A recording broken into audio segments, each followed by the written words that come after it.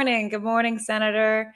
Good morning. Um, we have a lot to talk about today. I know that the memorandum of understanding has kind of fallen apart, unfortunately. I know we were very excited about that the past few weeks about the proposed peace that was going to happen, but unfortunately, we're here back again, and we're going to talk about how that will roll into the midterms that are a few months away in November. So I want to go ahead and kick it off to you. I know that we have some other topics that we want to get into, but we really want to start off with kind of updating everyone on the war and where that kind of puts us in the election. Yeah. Well, what has happened? Really, the struggle is over control of the Strait of Hormuz, and the Iranian people are really determined that they are going to control the Strait of Hormuz, and they're going to tax or charge a fee or whatever for the ships that pass through. And this will, be enormous power for Iran if they can do it. The United States, there is a principle of, freedom of navigation in these straits, and there are various ones over in different parts of the world. But in theory, these things are supposed to be free and open. Now, who enforces that rule is a matter of who's got the power to do it. And so anyway, the U.S. tried working with Oman. They have one side of the strait, and we tried to slip some ships through using the waters that are closest to Oman, and the Iranians balked at that. They intercepted several ships. There was one liquid natural gas ship. I think it was from Qatar. Anyway, it was significantly damaged. They fired drones or whatever. Nobody knows exactly, but they hit them with something and did significant damage. And then they also attacked two other ships. And at that point, the flow of shipping through the Strait of Hormuz has been paralyzed. So we're sort of back where we started. The U.S. retaliated. President Trump authorized attacks, and we bombed another 100 sites or so. And so the game goes on. But the one way or the other, I mean, we certainly, gave them a big punch in the nose, but they control the strait, and that's really the issue. He who controls the strait wins this war, and so that's where we stand. So, well, I have a viewer put in a question, and I think it kind of we could talk about that is, can we end this war without regime change in Iran? Is kind of what they wanted to ask you, Senator. Well, and that is a good question. The answer to it isn't entirely direct. The fact is, we cannot bring about a regime change. And we're going to talk about the funeral procession, and that will address that issue as we go along. Maybe this would be a good time just to that'd be a good segue into that. That we talked about this a few, I would say probably about a month ago, and this has been happening for so long, that the funeral arrangements were happening right around the 4th of July. So that kind of signaled to me that maybe there was this positive push towards peace, because we talked about the funeral procession for General Soleimani, how that was bombed. And so the Iranians were very suspicious about getting people together in large crowds to commemorate their Khomeini if they were under threat that there would be a terrorist attack, for lack of better terms. That's what it would be, targeting Yeah. civilians at a moment of solace, and when they're trying to memorialize someone that they cared more for.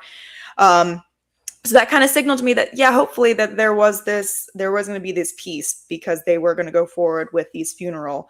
But we saw, even though that the war, peace negotiations were on shaky grounds, you had millions come out for the funeral of the Khamenei. Yeah. So I just maybe talk about that and maybe where that stands.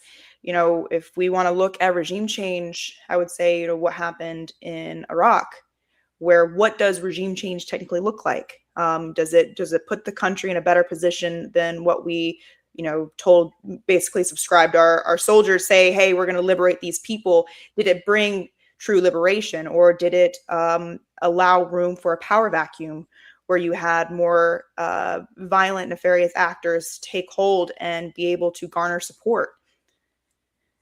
Yeah, the war began after Netanyahu had just deliberately deceived the United States into this bizarre notion that somehow the nation of Iran, which it's not a small country, it's a mid-sized country, population of 91,000 or 91 million, I'm sorry, and Netanyahu had a network of Mossad agents inside of Iran, and they passed out weapons and so forth. And these were sacrificial lambs. Netanyahu, he didn't care. He knew these people were all going to die, but he generated some protests and so forth. And then he distributed the weapons. There was sort of an armed uprising that consisted of Mossad spies and their agents and a lot of perhaps well-meaning people who thought, well, okay, the West is saying that the government's going to topple. There were about 3,000 people killed. The numbers ballooned and ballooned and ballooned, and now you hear administration officials talk about 42,000. From what I can tell, and I've researched and looked through AI and so forth, I tend to agree with Colonel McGregor on this, that there's very little evidence to support these high numbers, but there were several thousand who died in this attempted uprising, but it was enough to create the illusion that there was this tremendous force for a change of government. Now, there is no doubt that at least before all of this war started, there was a significant opposition to the people in power. Didn't mean that people wanted a revolution, but it did mean that it's sort of like, the Democrats want a change in government. They want to get rid of Trump. It doesn't mean some of them do want a revolution, but in general, it means they wouldn't want it to be at the behest of a foreign country bombing them. I feel like that's kind of appropriate to say, because I feel like any country that happens to, you really have this rallying of us versus them, where you kind of find more common ground as you being an American, versus kind of more of an organic revolution. So going back to the question that we received, can we resolve this without regime change? I think it's important to recognize there will not be a regime change. The funeral for the Ayatollah Khamenei, who was assassinated by the Israelis, they are extremely good at these mass murder situations, and they killed him. They killed lots of other civil officials. And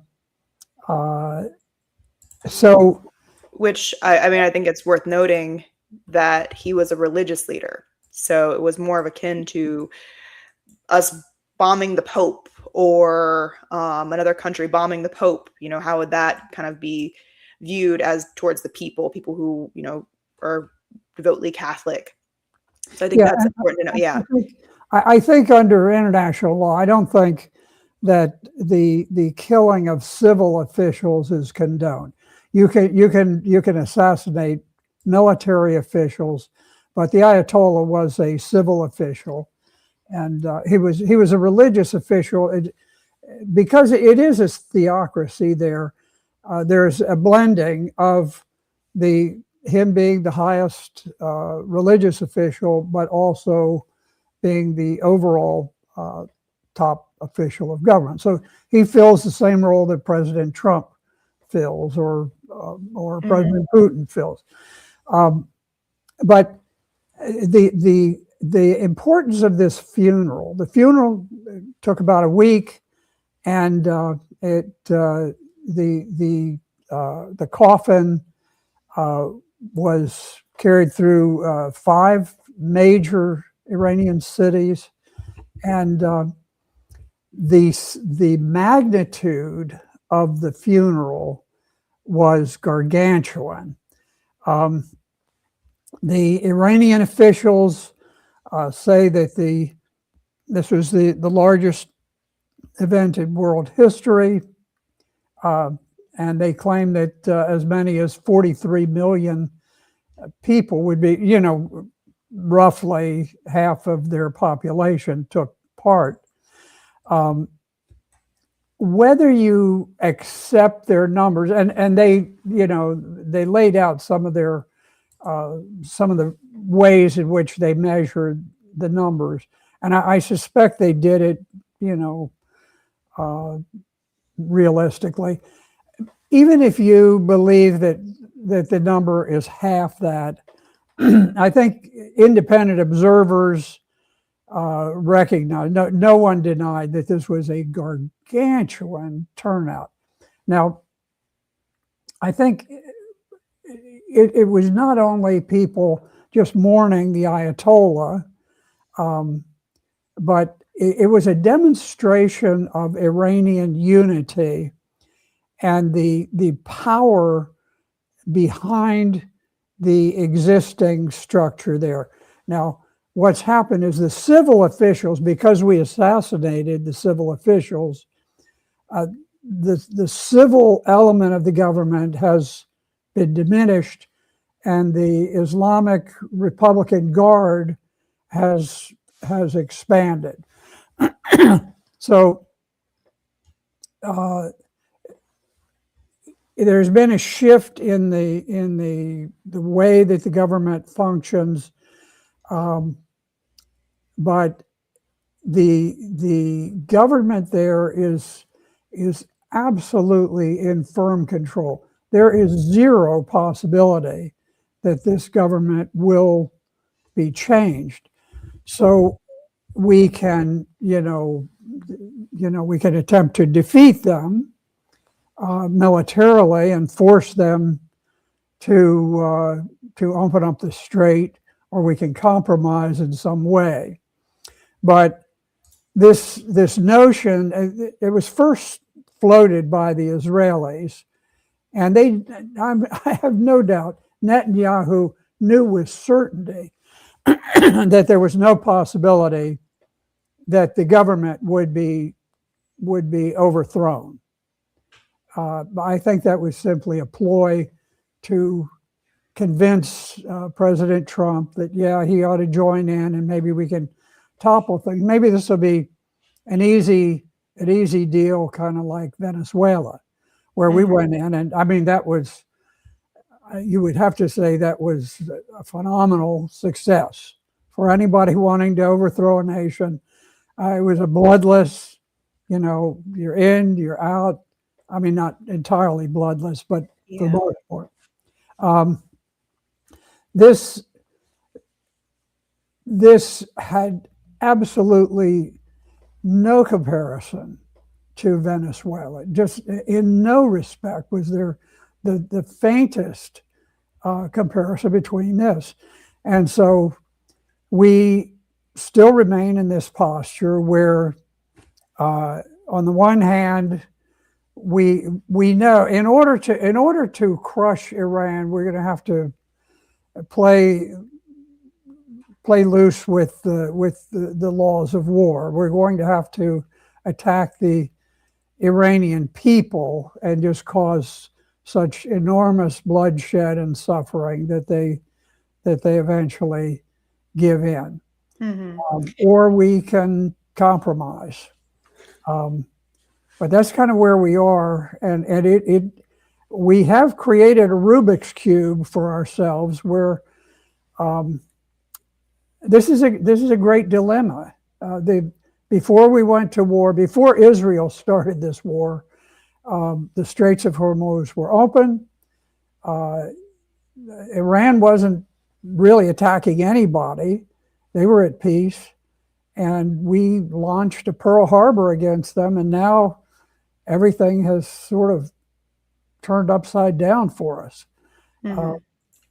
So I had hoped that we would come up with some reasonable compromise and put this thing to rest, and the world could move on from all of Israel's wars that they keep dragging us into. But at this point, the Iranians are beginning to look at this as an American war. I mean, this is the dream situation for Israel, is they promote wars and then they sort of fade into the background, and it ends up being, the U.S. We attacked Iraq with absolutely no basis for it whatsoever, but Israel wanted it. We attacked them, over this weapons of mass destruction claim, and then who even thinks about Israel? Nobody thinks about Israel's involvement.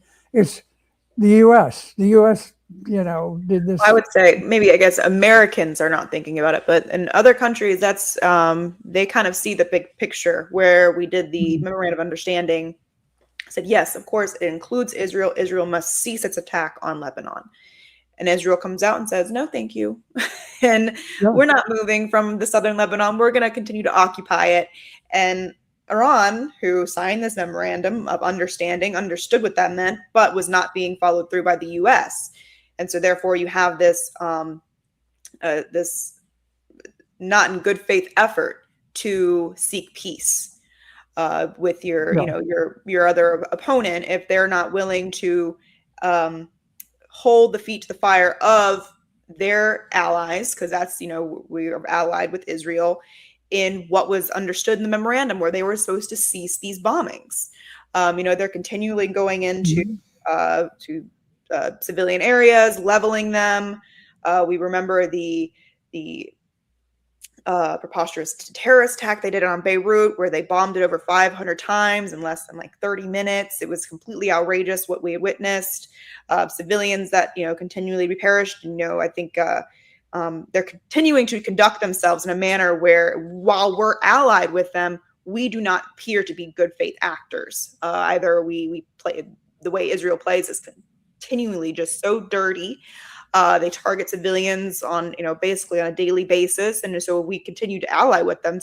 We kind of appear to be in that same manner. Yeah. No, I don't think that that President Trump wanted Israel to continue their attacks in Lebanon. I think all the White House, the Pentagon were all in agreement that we wanted Israel to stop. Israel is not an ally of the United States in any traditional sense. We work with them because they control the money that funds our federal elections. And we work with them because there are Israeli agents in all the offices in the halls of Congress. And it's a strange arrangement. It's an arrangement rather than, an alliance. You think of countries working together. We go into the attack together, but when it comes to peace, Israel's just made the decision, and Netanyahu has been very upfront about it. And of course, his cabinet, he's got this Ben Gvir, incredibly monstrous fellow, who, the whole power group in Israel has been quite clear. They have no intention of trying to help us make peace. Yeah. And they're going to continue fighting, even though we have agreed that we're not going to fight. Well, to kind of draw in perspective some of the level of depravity they're willing to go to continue their annihilation and their ambition of just land grabs, I should say. There was this report that came out in the Haaretz. Now, we'll talk about this, and this will be a good shift to talk about our elections. Israel is also having elections this year in October.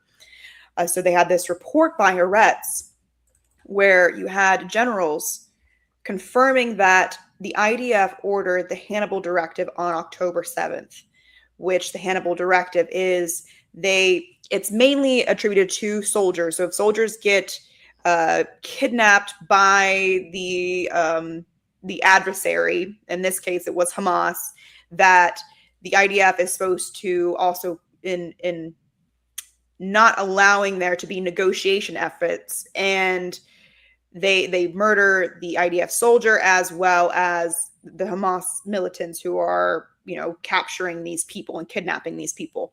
They extended this Hannibal directive to the kibbutz Be'eri and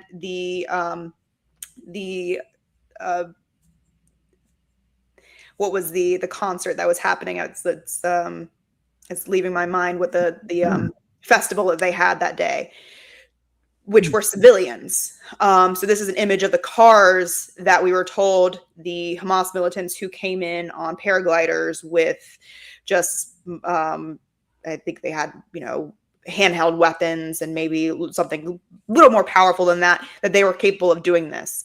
It shocked Hamas that they had the success that they did, because they had anticipated that there would be a lot of resistance. There'd be some sort of a clash.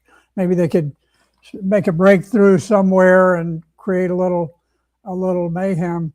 Yeah. And they discovered that the border was almost undefended, and I think that's probably not by accident.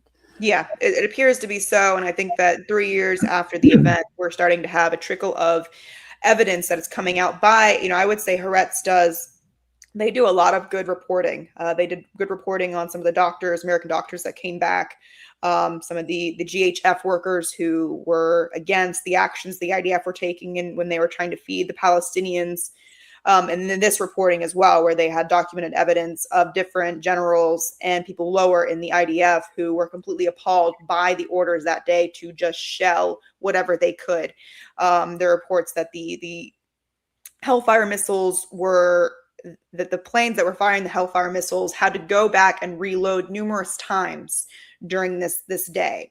And I say this because in the Knesset, you have the Likud party, who is heavily in control right now. And that would be considered like the alt-right of Israeli politics. This may stand to hurt them. We know prior to October 7th, you had massive demonstrations that were going against kind of the power grab that Netanyahu was doing. And then you have this. And so I kind of want to say that. And then while we pivot to the U.S. elections, we have this engagement with Iran. You have the U.S. who elected in overwhelming numbers, a President Trump who came out and was stating that he would be the peace president, no new wars. He would go on these campaign rallies continuously and saying that if you vote for Kamala, that we'll have World War III. And, here we are 2 years into his administration, and there's no ending in sight of the Ukraine-Russia war. We're continuingly to provoke and not take a productive stance at asserting that we want peace in this Iran conflict. And I would say that we've kind of regressed back to the no surrender ideology that we were talking about when this very first happened, and Trump put out that tweet, nothing but, complete surrender by Iran, as opposed to when we know diplomacy, when you have these peace negotiations, both sides are supposed to be very, very unhappy with the outcome of how they are finishing this conflict. And we're not seeing the U.S. kind of move significantly from recognizing the true power that Iran has exerted over their complete blockade in the Strait of Hormuz. Yeah, it's something.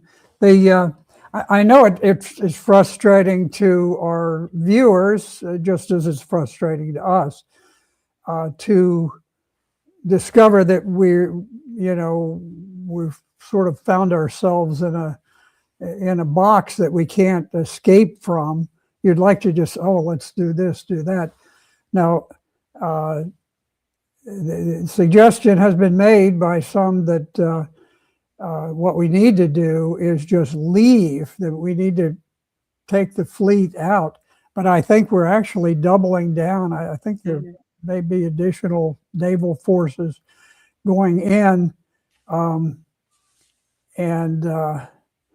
So we just seem to be wrapped around the axle, which, and for us, I mean, there's more to America than overseas wars. There are people in America who, they want to find somebody to fall in love with. They want to get married. They want to have houses and children, and the simplicities of life, not anything grandiose. Yes. Yeah, I mean, their lives are not focused on killing people on the other side of the planet. And so so we have our midterm elections coming up. Midterm elections are when we elect or re-elect every member of the House of Representatives and 1/3 of the members of the U.S. Senate.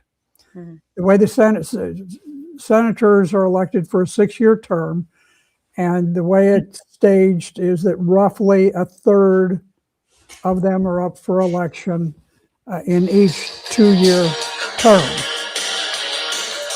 So, apologies here.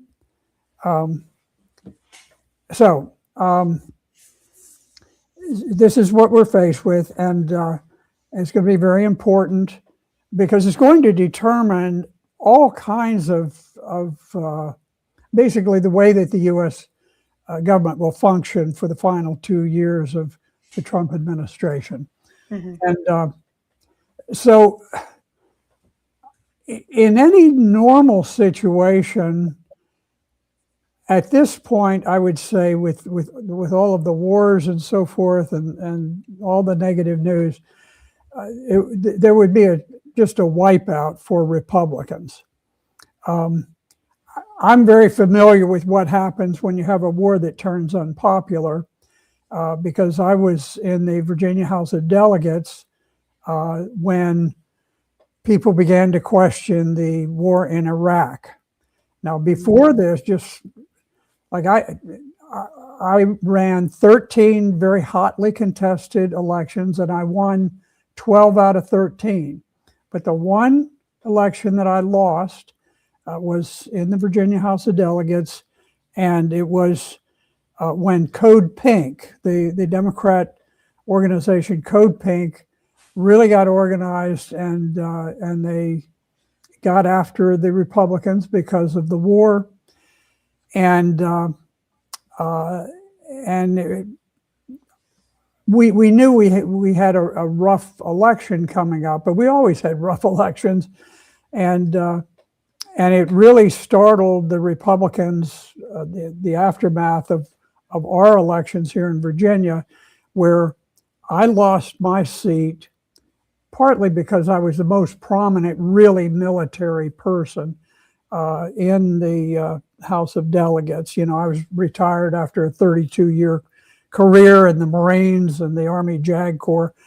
And But not only did I lose my seat, but there were five Republican members of the House of Delegates in Northern Virginia who all kept their seats with a margin of 1% or less. So they all squeaked through the entire slate. And this was because of George Bush. A couple of years before then, if you said, "Hey, what about that George Bush?" the crowd would roar and applaud. Oh, he started these wars. What a great thing. And then it turned, and nobody was saying, "How about that George Bush?" People didn't want to say the term George Bush anymore. And so I went down, even though I was probably more anti-war than anybody that was on the Democrat side. But, that's just the dynamics of it. So we're in that situation now where, Yeah, I would say it's very different too. I would say when we were going into Afghanistan and Iraq, there was this I would say more popular view of doing those engagements just the way that the country was. I don't think there has ever been a majority of people that were for this engagement in Iran, even from the very beginning. it's very peculiar. I don't know of any historical precedent for a major war being fought where the public opposed it from the beginning. Now, the opposition wasn't real organized, but everybody just, oh gosh, another war Again, and here, the administration's touting, oh, we're the administration of peace. Look at all these places we've made peace. And honestly, I study this stuff enormously, and some of these conflicts I didn't even know they existed. And we were claiming, oh, well, we did this, some places, wherever, in Ubangi, outer Ubangi, we've just solved this thing. Well, meanwhile, we're fighting two gargantuan wars, major wars. We're fighting the war in Ukraine, and we're fighting the war in Iran.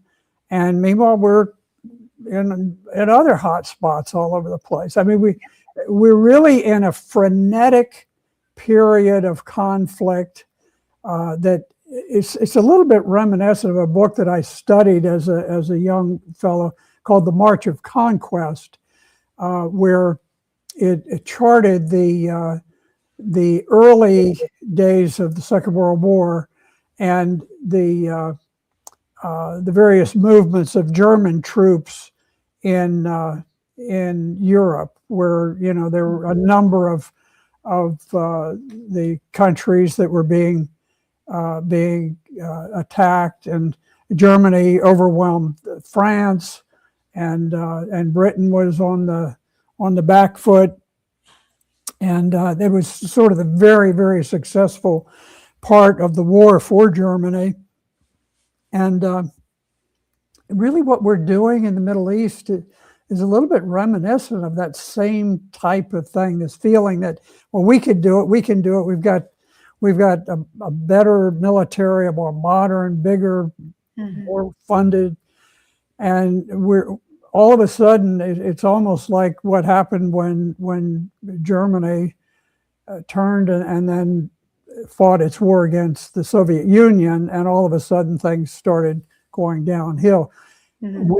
I think we have just sort of overplayed our hand, and we've got to extricate ourselves from all of the warfare, or we're just gonna bankrupt the country morally, financially, in so many respects. Yeah, I think, well, let's, transition to the election. You're talking about right now, you have the executive branch and the legislative branch are both held by Republicans in a majority. And we're experiencing this, continual lull into more financial ruin, just continual war, and not really any fulfillment of any of the major promises that were dealt out to us during the 2024 election. I I think that. sort of take issue a little bit because some of the issues have resulted in some enormous success. And for example, the border was, it may have been the number one issue in a way. Spectacular success. The focus on American energy, tremendous success there. There are all sorts of these, but they're sort of pushed into the background because of these other things. Americans also said, okay, we want an end to the war. We want more fiscal responsibility. Yeah, I mean, I guess maybe more of a biased take for me is that those two are very important to me. So seeing that kind of not being fulfilled kind of is very disappointing in that sense, because that is, Republicans kind of exert okay, we're going to be responsible with the budget, and it seems like it's just continuing to balloon. I don't think Doge really had any effort. I guess it got rid of the USAID, but there's like talks about how it's also like money's kind of still being funneled through there, and that's kind of where I guess I come from. So that's a fair, for you to come back and say that, but that's kind of where I come from, is those two are very important to me. And those seems like it's not, making any kind of headway of,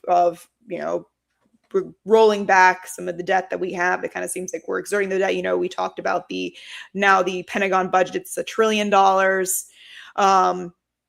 And it's going to go up to roughly $1.5 trillion. Yes. So there's been this enormous bubble of spending, and you cannot do this indefinitely. You can't just say, oh well, we're going to do COVID spending and we're going to lavish money all over the place, and then the next day you turn around, oh well, we're going to do this enormous gargantuan increase in Pentagon spending.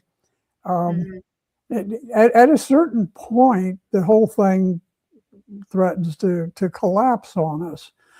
Which I think that is kind of what it is. I think in order to address the problems seriously, in my point of view, I'm sure maybe you diverge from my opinion on that, is that there would be significant consequences for everyday Americans while we correct the ship. And I don't think any representative wants to be have that tied to them, where you can have it manipulated, saying no, they ruin the economy, when you are really trying to make a solidified effort to improve it. But in order to do that, you really have to. It would require some hurting, I think, just by the sheer amount of debt that we've accrued. So, the hurt always goes to the ordinary people. Yeah, so I think that is a large part of every representative. It's more of a kick the can situation because they like their job. It's a very cushy job. You get you get off a lot, and that's just how my point of view of things are. But I know that you in your some of the notes that you send me is some of the hot seats that you're looking at that might the Dems must win, or Democrats are most vulnerable in. So we can talk about that. I know that something came out recently in the news about the election in Maine, where you have Graham Plattner, who won probably, I think it was an historic primary, probably the most amount of people came out to him in record turnout for, I think it was like 76% of the vote he won, which was unheard of. He is now dropped out. So I think that they have until today, actually, to kind of find a new person to take up the charge. And I don't know if they have. I haven't really looked into it, that aspect. But we can talk about that. We just put up a map earlier of kind of the states that you had mentioned. If you want to kind of talk about that, and then we could talk about Graham Plattner. And I think that you want to also talk about some of the education that's happening in America. Yeah.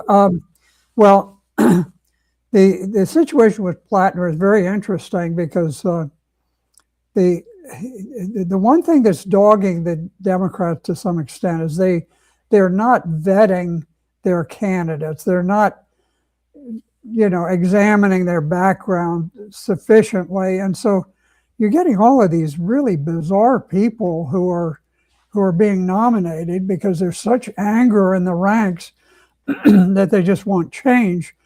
Plattner was an interesting guy. He had a little sort of on again, off again military experience. He held himself out to be an oyster farmer, but really his only client was like his parents. So he didn't do anything. He's typical of so many Democrat leaders that they have never really had any occupation other than just being a political activist. And that's a problem because they don't really know how to relate to real live working class people anymore. But anyway, so Plattner has dropped out in Maine. Maine looked like their biggest opportunity to win a Senate seat. Very hard to win these Senate seats. And with Plattner dropping out, they're going to have a completely unknown figure who emerges, and we'll see what happens. But anyway, Maine went from being, the great hope of the Democratic Party for the Senate to where now it looks like a long shot. So the way that the Senate works, the Republicans have the majority, and all of the pundits recognize that there are these must-win seats. They have to win Maine, they have to win Ohio, Alaska, and North Carolina. Now, in some places, their odds are better than others, but very, very difficult to win all four of those. Very unlikely that they will. And additionally, they have to hold all of their vulnerable seats in Michigan, Georgia, New Hampshire. So I would have to say, we've got under 4 months left before the midterms, and the dynamics within the Democrat Party are very complex and difficult for the Democrats to work through. They have traditionally liberal Jewish candidates have emerged and been very successful taking the lead for the Democrat Party. So you have Chuck Schumer, the Senate leader, and Jewish, very, very pro-Israel, backed by AIPAC, and so you have lots of members of Congress and so forth who are Jewish members and very tied to AIPAC, and then you have this tremendous upswelling as the Muslim population grows in the United States. There's this conflict because you've got Israel slaughtering people overseas, and so this anti-war movement in some ways ends up turning on Democrat members of Congress, just like it goes after the Republican. Very difficult situation for them. Now, so for the Republican Party, things are not looking good. People are not real happy, but the Democrats are in a pickle too with their, this infighting that's going on. So we'll see where that ends up. I would say that it's a very remote possibility that the Democrats will be able to get it together and win the Senate. Mm-hmm. The House is another matter. I have this kind of uneasy feeling that it'll be a little bit like my election back in 2005 when the Republicans kind of woke up and suddenly discovered the power of the anti-war movement to swing the edge to their side. But here there's this fellow Evan Smith. He's a Democrat consultant, and he recently got a lot of news within the Democratic Party because he said that what's going on in the midterms this year is, for the Democrats, it's going to mirror what happened with the Republicans with the Tea Party. And back when the Tea Party rose up, they got a lot of organization, had a lot of political power behind them, and just devastated the Democrats. This year, Evan Smith is saying that Republicans, the shoe's on the other foot. Mm-hmm. But the problem that he also pointed this out. He said that the Democrat, hardcore Democrats, approve of their Democratic congressman by only a 47% margin. In other words, this is Democrats who disapprove of their Democrat leaders by a majority. And he pointed out that the approval rate of Democrats for their congressman is lower than the view that Republicans held of the Democrats back then. I don't know. Anyway. Yeah. Well, I think we have a record low approval rating of all representatives across the board, just because of what we've experienced in my lifetime alone. I think. I think very tumultuous and sort of unpredictable at this point what's going to happen. But we talked about that shift of how the representatives are supposed to be public servants to kind of this new ideology that they are kind of above the population that they are supposed to represent, and that we're coming at right at the 250th anniversary of America, which is it's a country in its infancy. We're supposed to kind of repivot and find out what our founding fathers truly envisioned this country to be. And they talked about that the power of a government must be derived from the consent of the people, consent of the governed.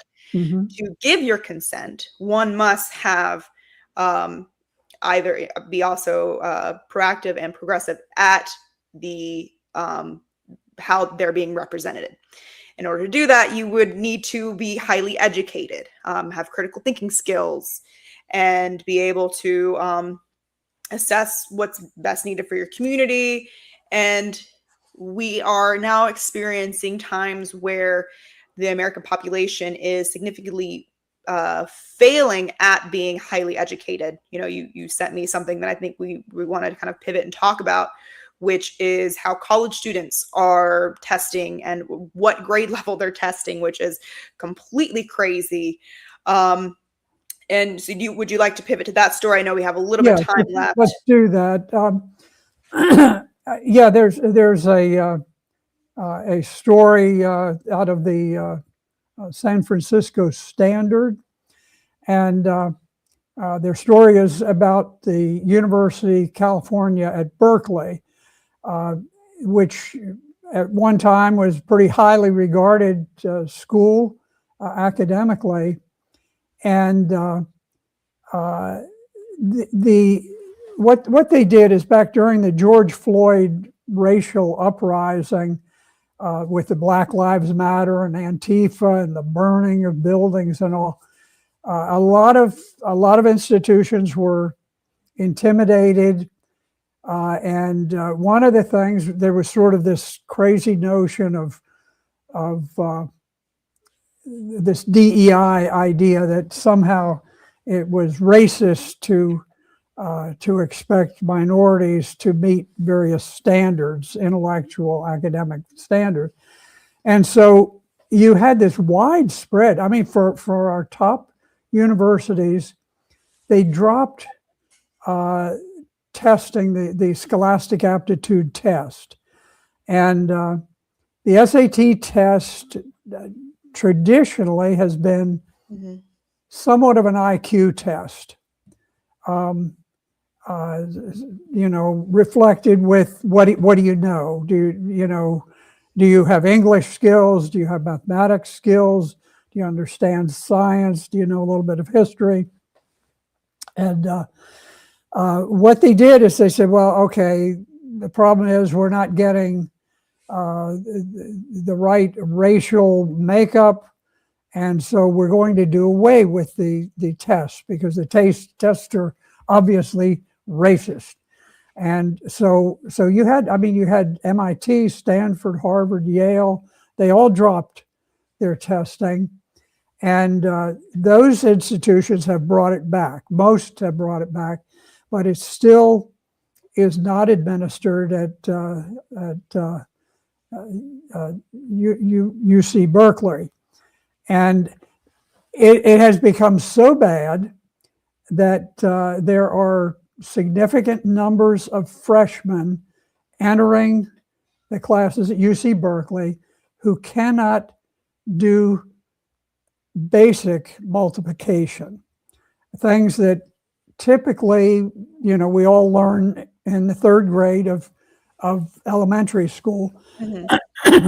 And because of the George Floyd thing, the idea was that it was somehow racist to even expect minorities to apply themselves, that was a racist thing. And so as a consequence, now there's no measuring rod to see who is suited to higher education. And so it's gotten so bad at UC Berkeley. Now, this is a very liberal institution. And despite that, 2/3 of the entire UC Berkeley mathematics facility have signed a public open letter asking for return of the SAT testing. Now, it was Janet Napolitano, who was the president of UC Berkeley back in 2020, when there was a big testing task force that had studied tests and how fair they were, and they recommended keeping the test. And Janet Napolitano said no. She went to the Board of Regents and she asked the Board of Regents to phase out the SAT test. Now, Napolitano was Obama's Secretary of Homeland Security, you would think, a very responsible person. And yet, she lacked the common sense to understand that students have to have some minimal intelligence if their college degrees are going to have any meaning at all. I would say maybe like the intention was good intentioned to, because I think the case that this reminds me of is, our mutual friend Jose, who runs for office up in the Bronx, which is the congressional district 15, is the poorest congressional district in the entire country. You have a lot of children who go to low-income schools. With poverty also comes a lot of like broken homes. Parents are working a lot, trying to make ends meet. So you don't really have this cohesive structure that a lot of children need in an environment to kind of create basic critical thinking skills and good habits of studying and engaging the mind. There was this program that the Bronx had at these Title IX schools where they would teach the young children chess.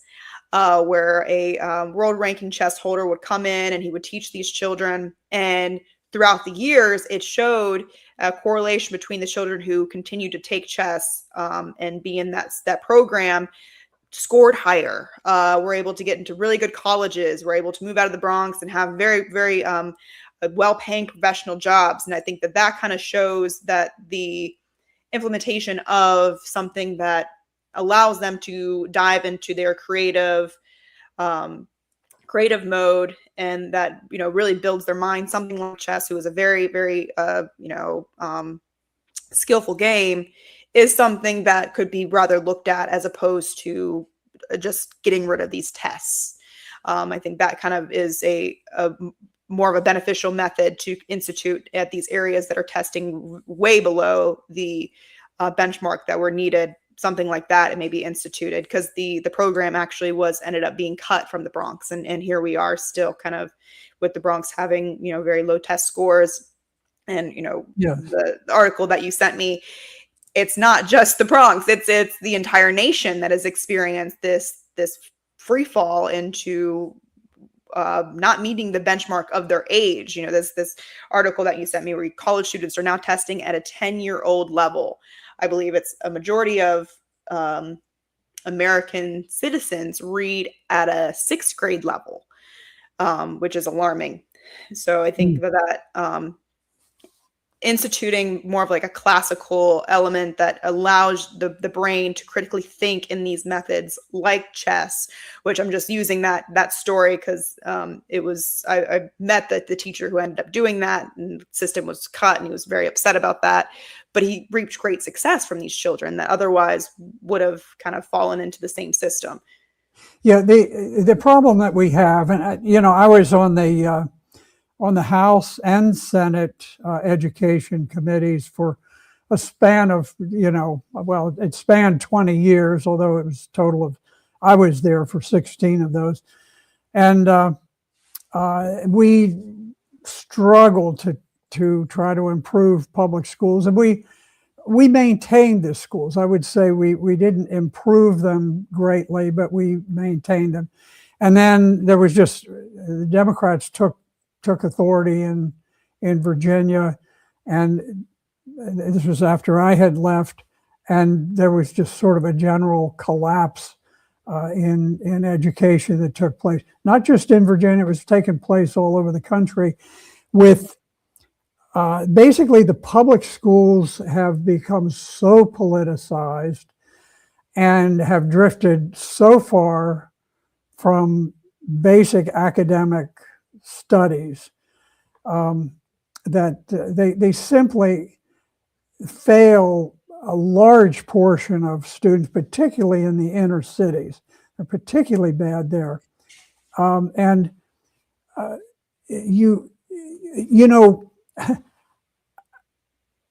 A parent, I don't care whether the parent is PhD educated or has a 3rd grade education. That parent wants the best education possible for their child. Yeah. I don't care whether it's somebody in the inner city living in a cardboard box, or whether it's somebody in a palace. They want their child to have the best education possible. Now, the problem is that they are prevented from having it because we don't have school choice. And so that's something we can go into in later time. Yeah.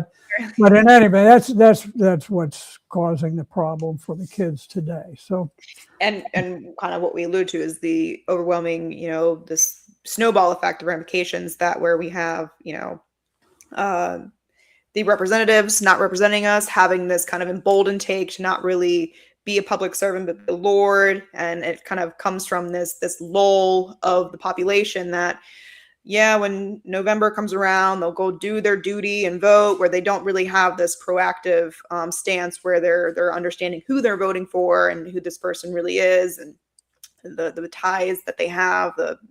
Some of them have big money backing that kind of makes them have ulterior motives when they're representing them. And I think that's all that kind of wraps into kind of the issues that we see today.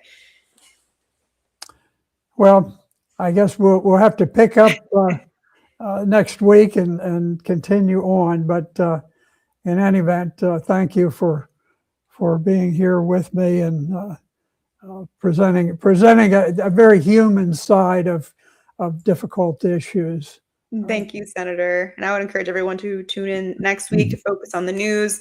We had, a really good question today. I'd always encourage other people to, comment and ask us a question, and like and subscribe, and tune in next week to focus on the news.